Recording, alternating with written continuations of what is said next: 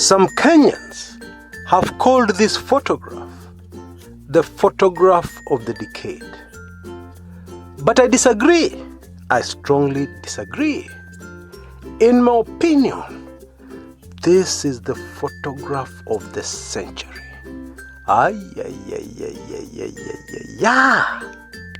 They say a photograph can replace 1,000 words. But this particular photograph replaces more than 1 million words. I guarantee you, in this video, you're going to discover many, many things you've never heard anywhere else before. Things that will just blow your mind. Karibu sana. Let's dig in straight away.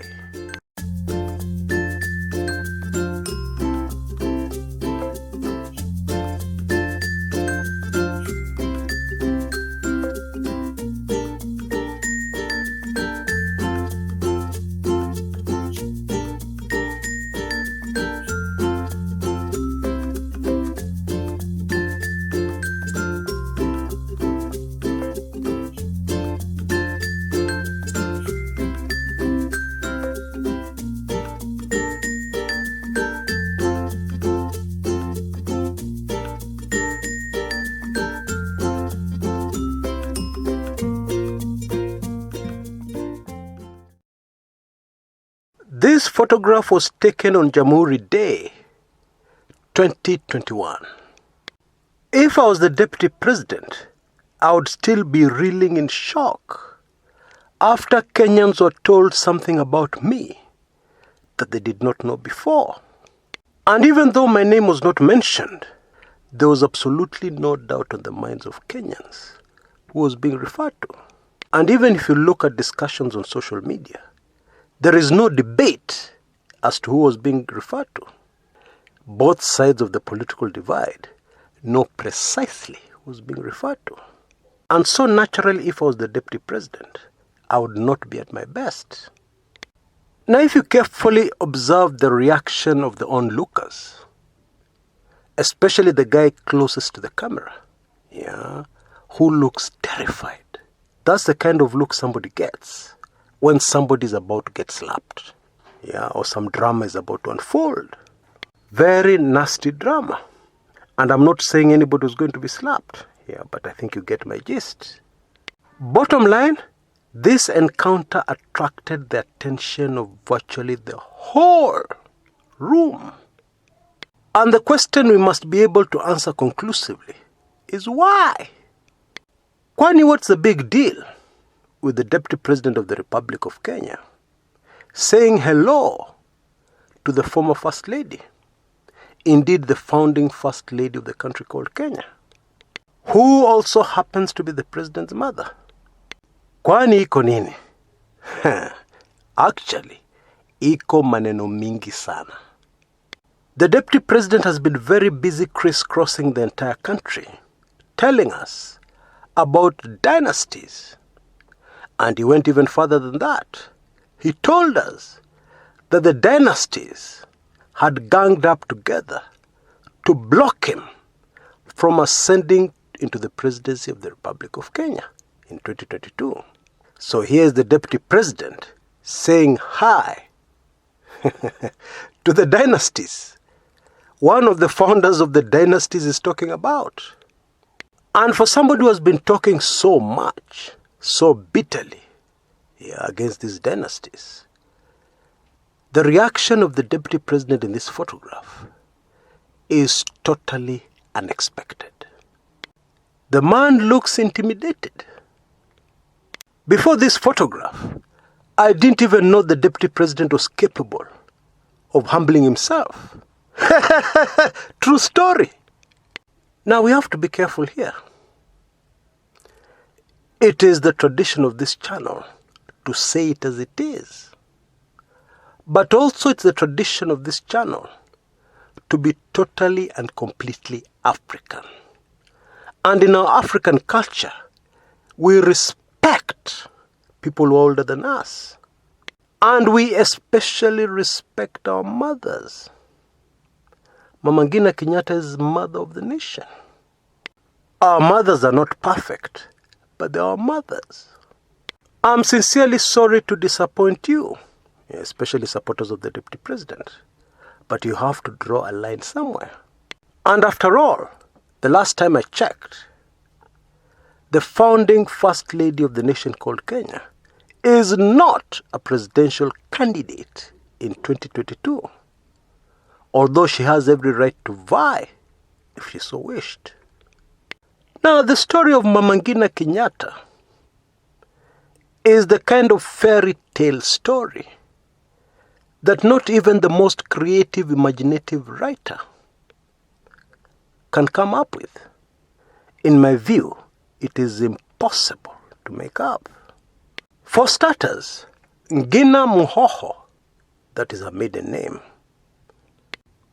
was married according to all the Kikuyu customs, except for one very out of the way thing that happened. Jomo Kenyatta's family did not pay any dowry. She came from a very well-to-do family at that time because she was the daughter of a whole chief. Very important people in pre-colonial times. I believe the equivalent of a governor today. And also the fact that no dowry was paid had nothing to do with the fact that she was getting married to a nobody. Daughter of a chief getting married to a nobody. Johnston Kamau did not even have parents. They passed away when he was very young. Actually, what happened is that the bride, Mama Ngina, was given to Jomo Kenyatta as a gift. This was so unique that to date, I have never heard of another similar case. Have you? And barely a year after Ngina Muhoho had got married to Johnston Kamau, Bwana Kamau went off into detention. Actually, he was imprisoned for being a member of the Mau Mau. But the whole idea was that after he finished his prison sentence, he would be detained. The Mzungus had sworn this man would never, ever be released. Those were the circumstances that faced the young bride. I'm sure her family stood with her, her parents, her brothers and sisters, because there was no family to speak of on the other side.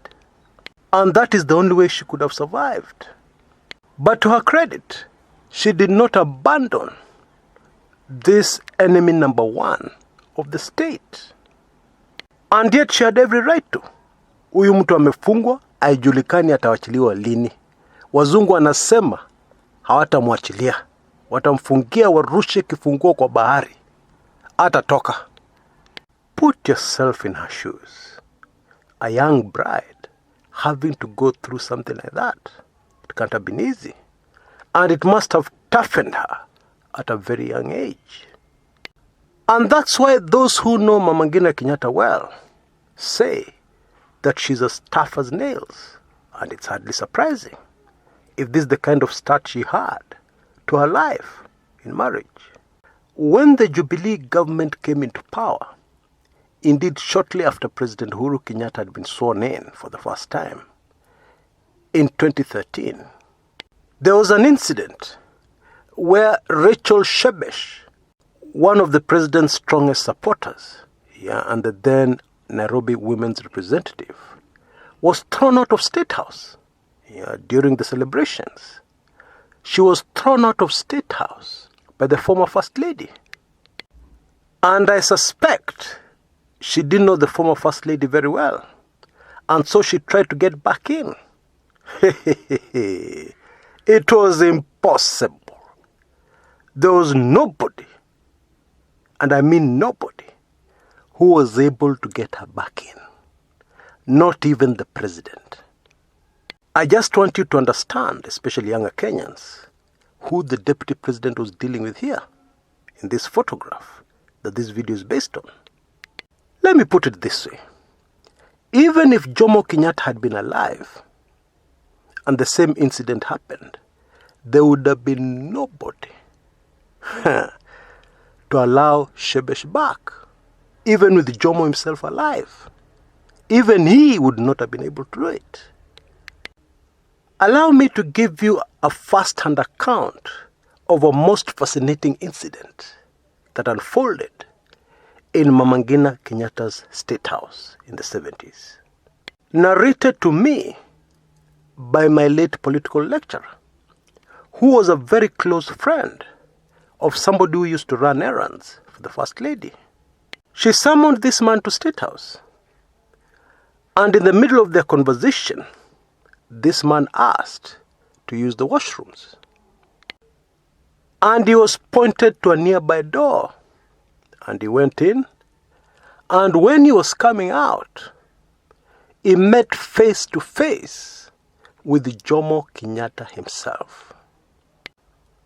It is said that Jomo was very upset.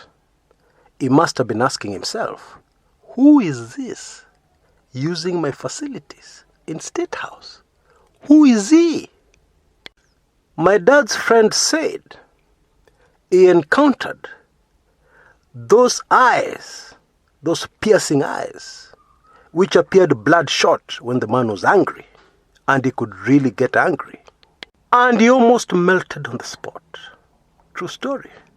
Very fortunately, the First Lady intervened, and she said something to the effect, "Oh, that's my visitor." And that was the end of the story. A few months after that, something even more fascinating that illustrates the power the First Lady had even in those days unfolded. Paul Ngei, then a legislator in Kangundo, lost his parliamentary seat through a petition, and the court barred Paul Ngei from vying for any elections within the borders of the country called Kenya.